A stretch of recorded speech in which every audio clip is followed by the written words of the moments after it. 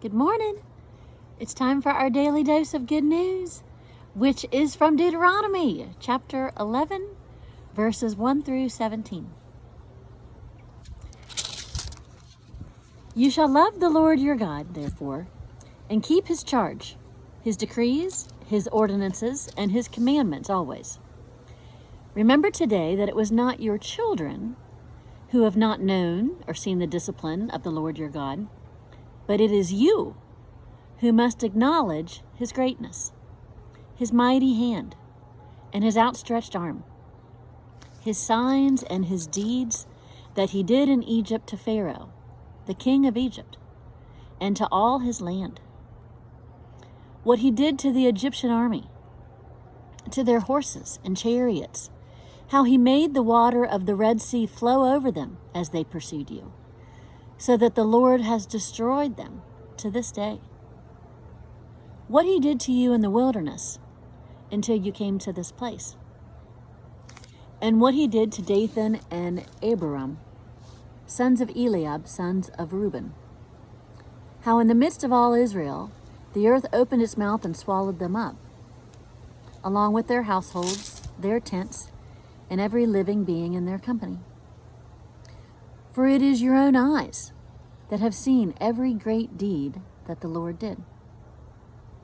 Keep then this entire commandment that I am commanding you today, so that you may have strength to go in and occupy the land that you are crossing over to occupy, and so that you may live long in the land that the Lord swore to your ancestors to give to them and to their descendants, a land flowing with milk and honey.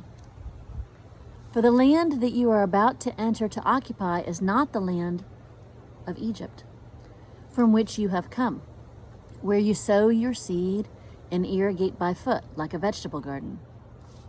But the land that you are crossing over to occupy is a land of hills and valleys, watered by rain from the sky, a land that the Lord your God looks after.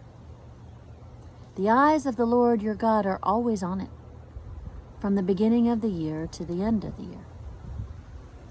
If you will only heed his every commandment that I am commanding you today, loving the Lord your God and serving him with all your heart and with all your soul, then he will give the rain for your land in its season, the early rain and the later rain, and you will gather in your grain, your wine, and your oil. And he will give grass in your fields for your livestock, and you will eat your fill. Take care, or you will be seduced into turning away, serving other gods and worshiping them. For then the anger of the Lord will be kindled against you, and he will shut up the heavens, so that there will be no rain, and the land will yield no fruit. And then you will perish quickly off the good land that the Lord is giving you. Here ends the reading. One of the games that we play in seminary is to imagine yourself in the text. And so I thought I would offer and suggest that we do that today in two different ways. First, can you imagine? Can you imagine being in this text and seeing in front of your eyes that the king, the Pharaoh, who has all power, loses that? And your God turns that upside down, and this powerful one who had power over you and could command everything about you and rule your lives no longer has that authority. Can you imagine seeing that before your eyes? And can you imagine being in a situation where you feel like your life is in peril and hanging by a thread? And in the midst of that your God rescues you before you lost your life, that your God intervenes and changes it. And whatever was a threat to you is taken away and removed and will be a threat no longer. That threat will no longer exist for you.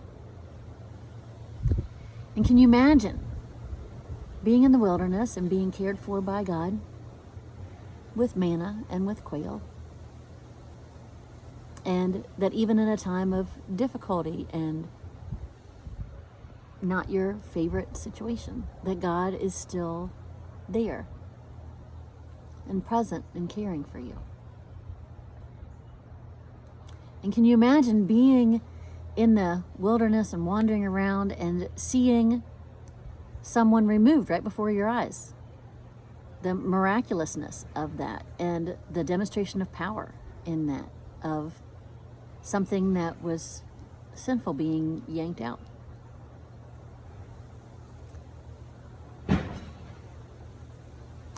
I think it's interesting to think about yourself in the text, because then feelings are evoked and thoughts are evoked that help bring the text to life for you. And I think it's a great exercise. And I would add another creative nuance to this.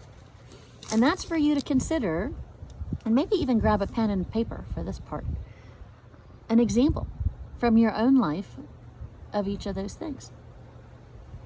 Like, is there a time in your life where you felt like there was an authority or a power that ruled over you, that dominated you, that you didn't have any power in the situation, and yet God came in and turned it upside down? You know, and who knows what that situation is for you. But one specific situation in your life where you felt powerless and that there was someone else who had power over you, and that God changed that.